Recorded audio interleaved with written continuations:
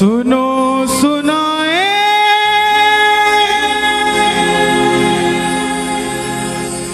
बात सयानी, कैसे बने ये शीश के दानी,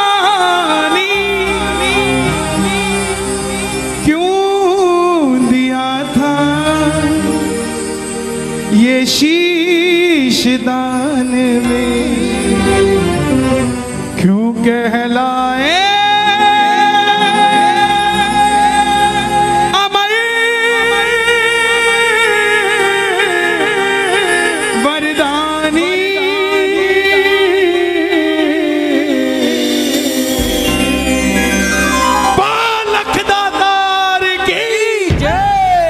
आज भी अगर सोचते हो कि हमारी झोली खाली है, ये कब भरेगी, इस कथा को सुन लेना, घर में जाके बाबा को याद कर लेना। वो खाली झोली भी आपको कहेगी कि चिंता मत कर, मुझ पे निगाह हो चुकी है खाटू वाले की, थोड़ी देर में भरने वाली भी हूँ, तो चिंता मत कर। ये कथा 10 मिनट मुझे दे दीजिएगा, आपको ये महसूस होगा कि श्याम बाबा वहां नहीं, श्याम बाबा यहाँ बैठा है, हमारे पास बैठा है। जिसने ये कथा आज तक नहीं सुनी, एक बार मुझे बता दो, जिन्होंने आज तक श्याम बाबा की कथा नहीं सुनी। 80% इस पंडाल में बैठे हैं, ध्यान से सुनना। जीवन में मौज ना हो जाए तो बता देना, साहब मौज हो जाएगी जिंदगी में, सिर्फ 10 मिनट दे देना। हरे का तू है सहारा सावरे, हमने भी तुझको है पुकारा सावरे। हरे का तू है सहारा सावरे, हमने भी तुझको है पुकारा सावरे। नहीं और सहा जाए, अब बोल कहा जाए, नहीं और सहा जाए, अब बोल कहा जाए। जो जो कथा सुनना चाहते हैं, एक बार इजाजत दे दो दोनों हाथ खोल के। हरे का तू है सहारा सावरे, हमने भी तुझको है पुकारा सावरे। हरे का तू है सहारा सावरे, हमने भी तुझको है पुकारा सावरे। और ये बात शुरू होती है महाभारत के उस युद्ध से, जो युद्ध हुआ पांडवों और कौरवों के बीच। कौरवों की रखवाली कन्हैया की नारायणी से ना कर रही थी, और पांडवों की रखवाली गोविंद मेरो है, गोपाल मेरो है, गोविंद मेरो है, गोपाल मेरो है। श्री माँ के बिहारी नंदलाल मेरो है, श्री माँ के बिहारी नंदलाल मेरो है।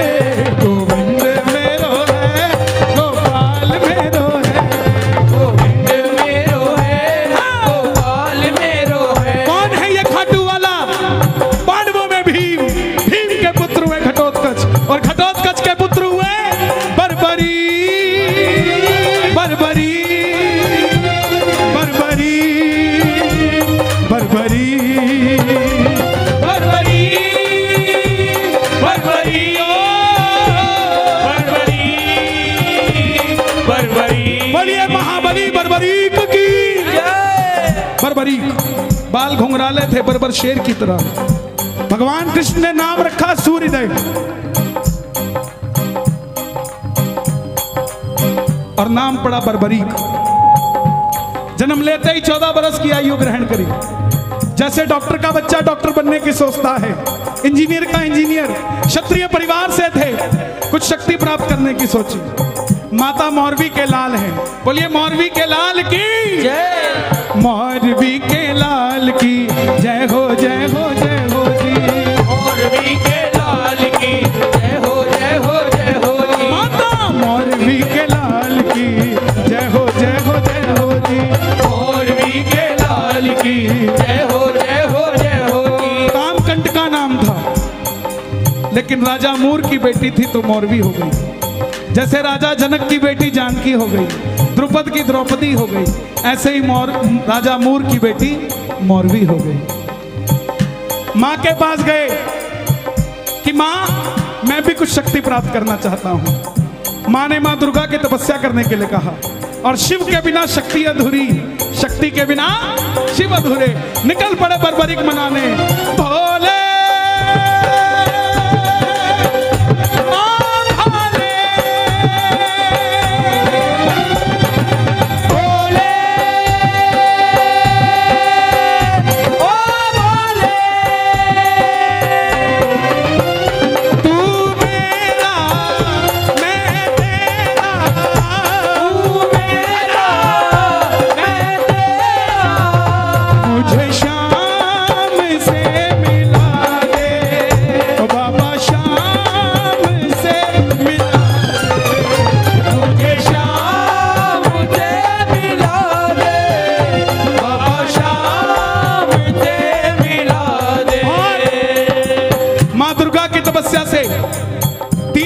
प्राप्त किए जिससे तीनों लोग जीत सकते थे। बोलिए तीन बाणधारी की तीन बाणधारी महिमा अति भारी।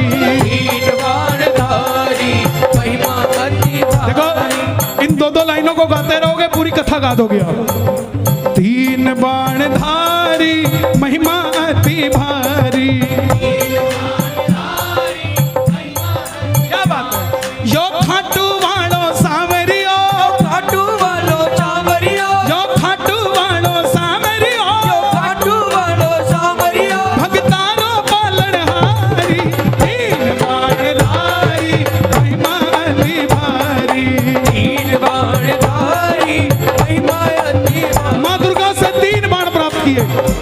और तीन बाण कैसे?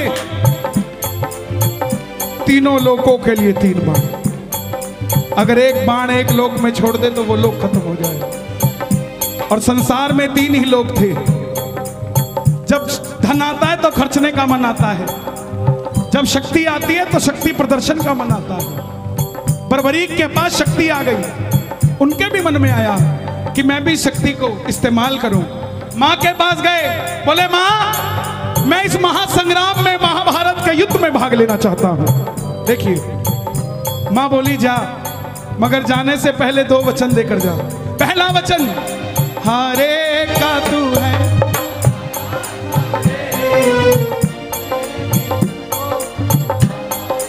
कि जो पक्ष हारेगा तू उसका सहारा बनेगा। बोलिए हारे के सहारे की जय।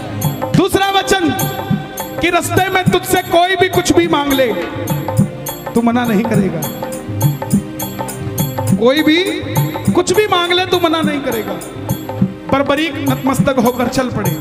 और जैसे मेरी मां शेर की सवारी करती है, भोलेनाथ नंदी की, हमारे बाबा श्याम किसकी सवारी करते हैं? लीले घोड़े असवार खाटू वालों सावरियों।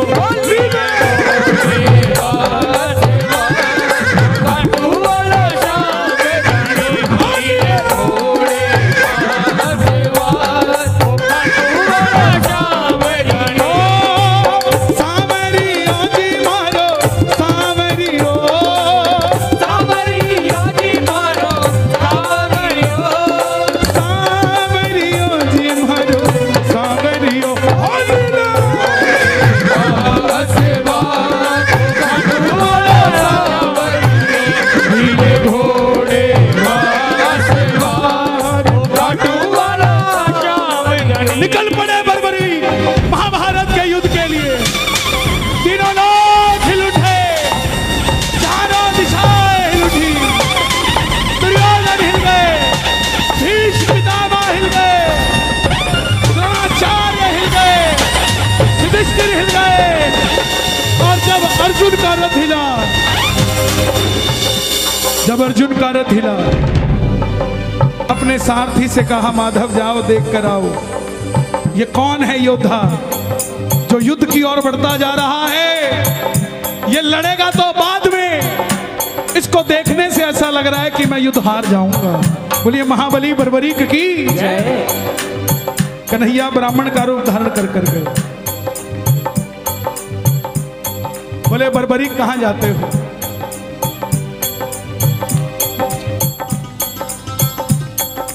बर्बरीक बोले प्रभु युद्ध में भाग लेने जा रहा हूं। ब्राह्मण देवता बोले बेटा अभी तो खेलने कूदने की उम्र है, कहां मरने जाता है। बर्बरीक बोले जिनके हौसले बुलंद होते हैं वो उम्र नहीं देखा करते, काम धंधे के लिए निकल जाते हैं। जिनके हौसले बुलंद होते हैं। ब्राह्मण देवता बोले बेटा बातें करनी आसान है, ऐसी कौन सी शक्ति है जो महासंग्राम में लड़ने जा रहा है? बर्बरीक बोले प्रभु जिसे आप महासंग्राम का नाम दे रहे हैं ना, मेरे तरकश में जो 3 बाण हैं इसमें से एक ही बाण चलाऊंगा, ना जीतने वाला बचेगा ना हारने वाला बचेगा। सुनना, इतनी शक्ति थी बाण में कि युद्ध में जो लड़ रहा होगा वो तो मरेगा ही मरेगा, जो उसका भाई घर में है उसके मरने के बाद लड़ने आएगा वो भी घर में बैठा बैठा मर जाएगा, सेना ही नहीं बचेगी। ये शक्ति थी।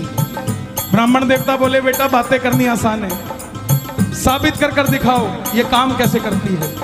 सामने पीपल का पेड़ था, लाखों पत्ते थे पेड़ पे।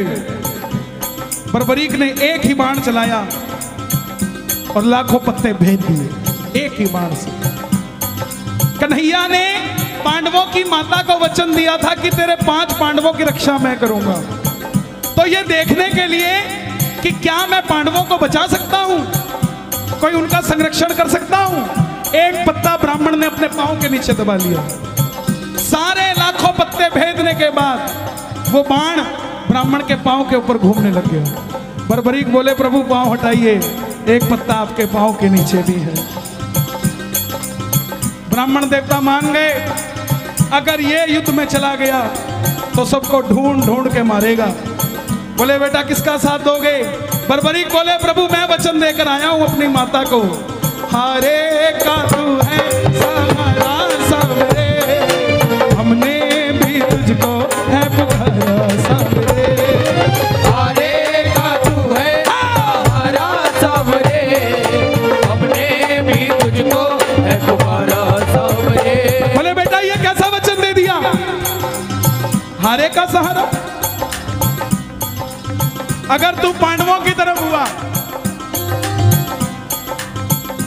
अगर तू पांडवों की तरफ हुआ तो कौरव हारने लग जाएंगे, और जब वो हारने लगेंगे तो कौरवों की तरफ हो जाएगा, और जब कौरवों की तरफ होगा तो पांडव हारने लग जाएंगे तो तू पांडवों की तरफ चला जाएगा। इससे तो युद्ध का निर्णय नहीं निकलेगा। बर्बरीक ने हाथ जोड़ दिए, प्रभु मेरा मार्गदर्शन कीजिए। बर्बरीक की बात सुनकर ब्राह्मण देवता के मुख से आवाज आई, हे बर्बरीक, बर्बरीक, बर्बरीक, बर्बरीक। कलयुग में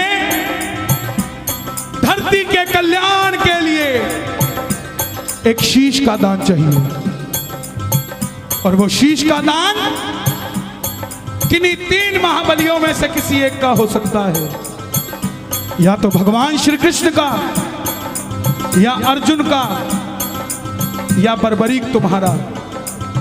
कन्हैया की बलि नहीं ले सकता, उसने युद्ध रचना है। अर्जुन की बलि नहीं ले सकता, उसने युद्ध खेलना है। तो बच्चे तुम अपने शीश का दान दो और कलयुग में धरती का कल्याण करो। बर्बरीक ने अपनी माता को वचन दिया था कि रास्ते में कोई भी कुछ भी मांगेगा इनकार नहीं करेगा। निकाली तलवार, बोले हे ब्राह्मण देवता, ये मौरवी का लाल आपको शीश का दान देगा, मगर जो शीश का दान मांग सकता है वो साधारण ब्राह्मण नहीं हो सकता। आप अपने असली रूप में आइए, ये मौरवी का लाल आपको शीश का दान देगा।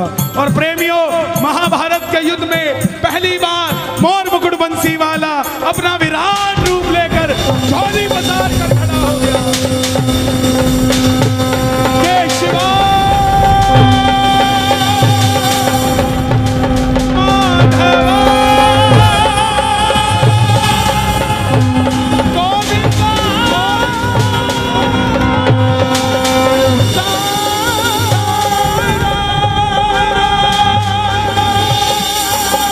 माधवा शीश का दान मुरली वाले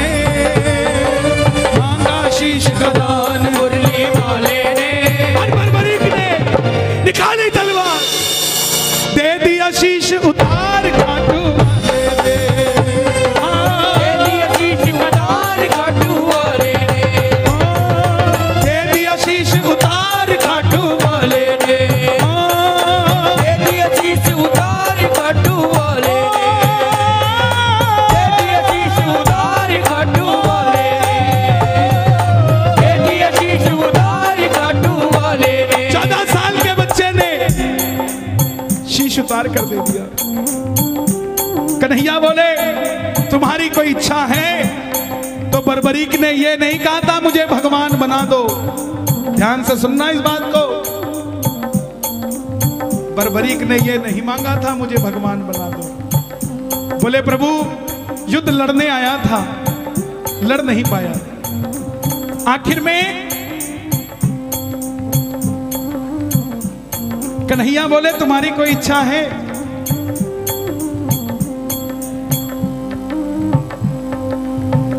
बर्बरीक बोले लड़ने आया था, लड़ नहीं पाया, देखना चाहता हूं। कन्हैया ने उस शीश को अमृत पिला दिया। जब तक युद्ध चलेगा बर्बरीक तुम्हारा यह शीश महाभारत का युद्ध देखेगा। आखिर में पांडव जीत गए। और जैसे हम करते ना, अच्छा काम हुआ तो किसने किया और गलत हुआ तो दिल्ली वाले करके गए थे। यही बात पांडवों के मन में अभिमान था आया, युद्ध हमने जिताया। मन में अभिमान था आया, आता है युद्ध हमने जिताया। तो निर्णय कौन करे किसने जिताया? चलो चले मुरली वाले के पास, चलो चले मुरली वाले के उठाना दोनों हाथ। पांडव मुरली वाले के पास जा रहे हैं, आप भी चलिए जरा ताली बजाइए।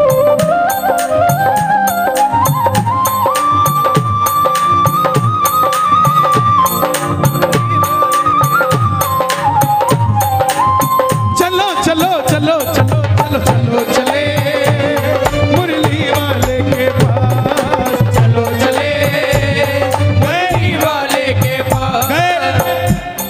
कन्हैया ये युद्ध किसने जिताया? कन्हैया बोले पांडवों किससे पूछने आए हो? मैं तो तुम्हारा रथ चला रहा था, और अगर मेरी नजर दाएं बाएं जाती तो तुम्हारा रथ कैसे चल पाता? पांडव बोले प्रभु बता दो, अगर नहीं बताओगे तो हम पांचों आपस में लड़के मर जाएंगे।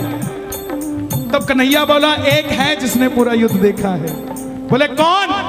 बोले एक बार झोली मैंने पसारी थी, अब एक बार झोली तुम भी पसार लो और मिलके चलो चले उस शीश के पास। चलो चले उठा लो दोनों हाथ। बर्बरीक बाबा शाम बनने जा रहे हैं, जरा ताली बजा के।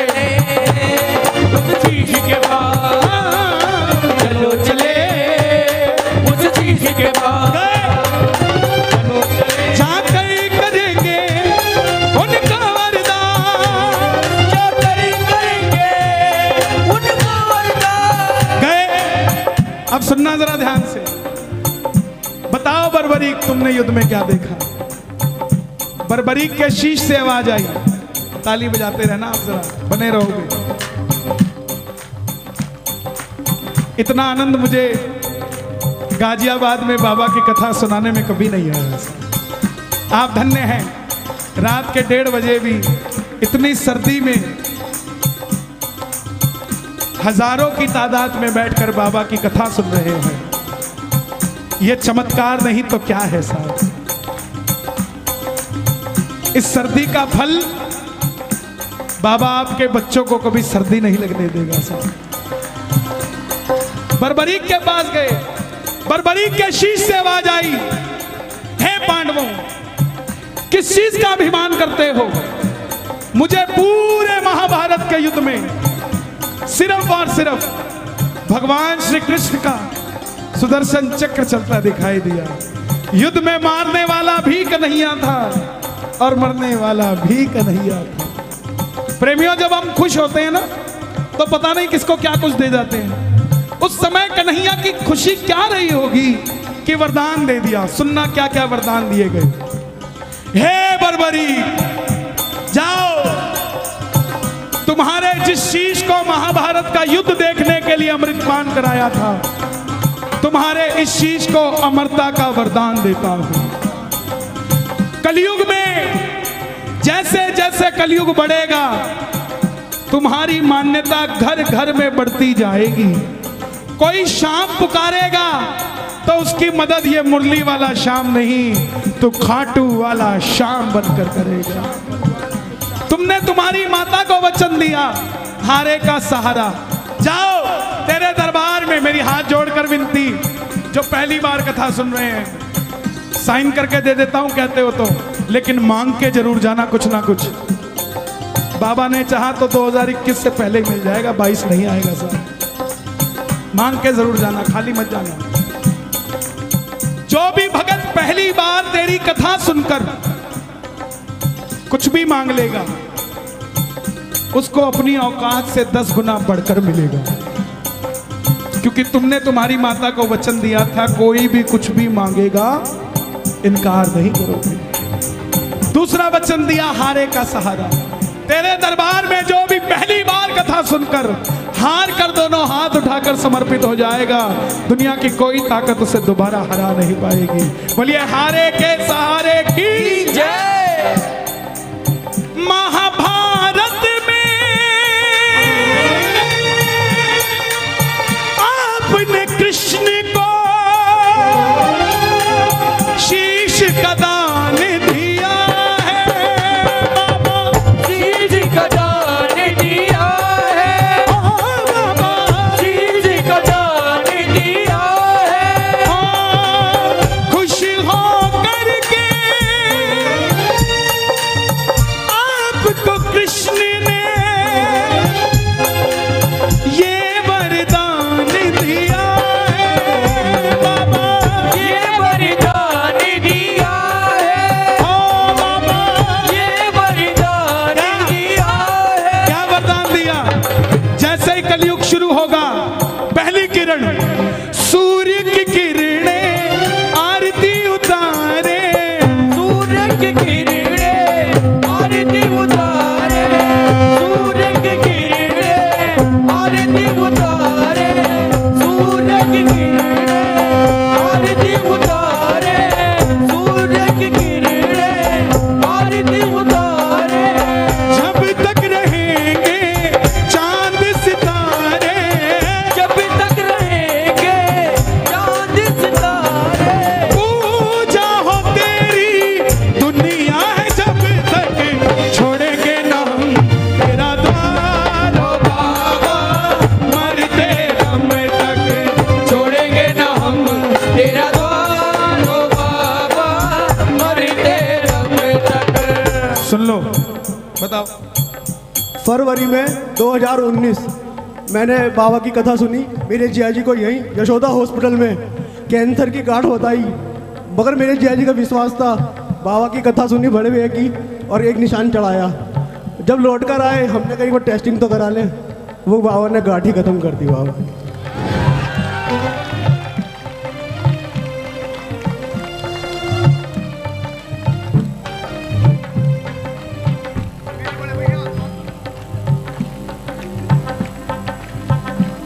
मिलता है दरबार में सहारा, क्यों भटके तू बेसहारा, आसरा उसका कर ले, वो मरते हुए को भी जिंदा कर दे। ऐसे ऐसे चमत्कार है। अरे भाई, ये मेरा ही तो परिवार है, मैं क्यों बोलता हूं? इसीलिए तो ये कथा आज मैं भेद खोलता हूं आपको। ना मैंने कभी बैठकर लिखी इसको, ना किसी से समझी, ना किसी से सुनी। ये बस उसने दी और चल रही है साहब। सच बताता हूं आपको, दरबार में खड़ा हूं, जो चल रही है या तो वो जानता है या मैं जानता हूं। क्यों? क्योंकि उसको पता था कि भजन तो हो जाएगा, लेकिन मेरे बारे में कौन बताएगा? ये लाडला खाटू वाले का लिखवाना, वो लिखवाता है तो लिखा जाता है प्यारे। लाल कुआं, बच्ची के 8 mm का छेद दिल में, कोई हाथ पकड़ के खाटू ले गया। खुद की नौकरी 12,000 रुपए की, और डॉक्टर ने 12 लाख रुपए का ऑपरेशन बता दिया। कौन करवा के देगा प्यारे? कोई नहीं भरोसा था। हारे के सहारे के दरबार में चला गया। 2 साल तक डॉक्टर के पास ही नहीं गया। यात्रा निकली 19 सितंबर को। तो बच्ची बोली पापा जो भजन गाते हैं वो भी इस यात्रा में जा रहे हैं, हम भी चलते हैं। बाप दुखी था, उसको तो पता था ना क्या बीमारी है। फिर भी बच्ची की बात पूरी करने के लिए डॉक्टर के पास चला गया 2 साल बाद। बोला डॉक्टर साहब चेक करना, मैं इसको ले जाना चाहता हूँ यात्रा में, कहीं कोई दिक्कत तो नहीं आ जाएगी छेद में। डॉक्टर बोला इसका इको करना पड़ेगा, दिल में छेद है, दोबारा करना पड़ेगा। 2 साल बाद आया है तो कहाँ चला गया था। ये तो हैरानगी की बात है कि बच्ची जिंदा है, कोई दवाई नहीं, कुछ नहीं। बोला डॉक्टर साहब आप इको कर दो, बस ऐसा कह दो कि 3 दिन और जी जाएगी, मैं इसको खाटू ले जाऊंगा। बस इको किया। डॉक्टर बोला अब कुछ नहीं हो सकता। भगत को लगा डॉक्टर ने जवाब दे दिया, लेकिन डॉक्टर ने कहा था वो 8 mm का छेद 2 mm का रह चुका है, अब ऑपरेशन करने की जरूरत नहीं है। जिनके पास पैसा नहीं है उनके स्वास्थ्य की चिंता ये खाटू वाला करता है प्यारे। डॉक्टर है तो शाम भी है, बीमारी है तो इलाज भी है, हारा हुआ है तो हारे का सहारा भी है साहब। छोड़ेंगे ना हम,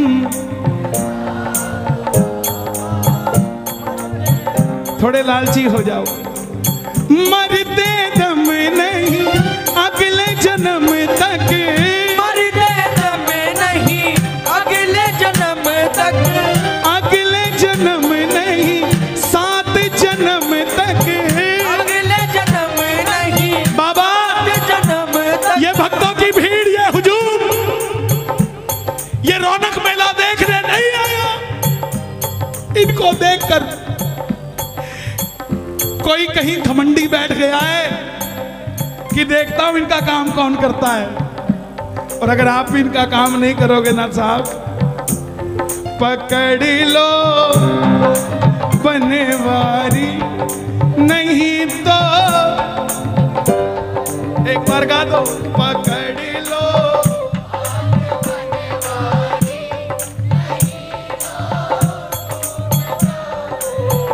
लोग बोलते बोले आजकल कीर्तनों में काम नहीं बनता, वो बात ही नहीं आती, वो गारंटी नहीं आता, वो गारंटी नहीं आती। जनाब काम कीर्तनों में नहीं बनता, काम तो आपके घर में ही बन जाता है जब कीर्तन को घर में चला लेते हो। काम तो घर में ही बन जाता, यहां तो बस इंट्रोडक्शन के लिए आया। तू मेरा मैं तेरा, तू मेरा मैं तेरा, पकड़ लो वारी, नहीं तो डूब जाएंगे। पकड़ लो हाथ बनवारी, नहीं तो डूब जाएंगे। यहां तक आवाज आनी चाहिए आपकी, नहीं तो,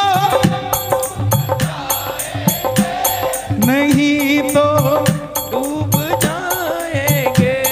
हमारा कुछ न बिगड़ेगा, हमारा कुछ न बिगड़ेगा, तुम्हारी लाज जाएगी। पकड़ लो हाथ बनवारी, नहीं तो डूब जाएंगे। बाबूजी जवाब देना, आप मेरे बुजुर्ग हैं, जवाब देना। एक नौकर एक मालिक के पास 25 साल से नौकरी कर रहा है। आज उस नौकर की बिटिया की शादी है, उसको कुछ एडवांस पैसा चाहिए। सबसे पहले किससे मांगने जाएगा? सबसे पहले मालिक के पास जाएगा, जिसके पास 25 साल से नौकरी कर रहा है। और अगर वो मालिक मना कर दे और उसकी बिटिया की रिश्ते में दिक्कत आ जाए तो बदनामी नौकर की है कि मालिक की है? तो ऐसे ही बाबा हम तो तेरी नौकरी कर रहे हैं, जब भी तकलीफ आई ना, अगर दुनिया ने कहा कि तेरे काम नहीं बनता तो हमें मत बदनामी दियो, बदनामी तेरी होगी। हमारा कुछ ना बिगड़ेगा, हमारा कुछ न बिगड़ेगा, तुम्हारी लाज जाएगी। पकड़ लो हाथ बनवारी, नहीं तो डूब जाएंगे। ओ नहीं तो डूब जाएंगे।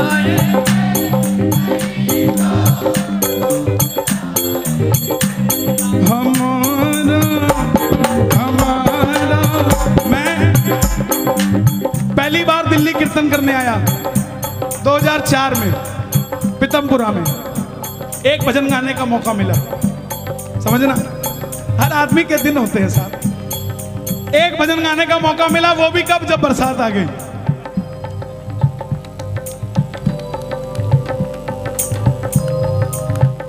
बोले अब कौन गाएगा?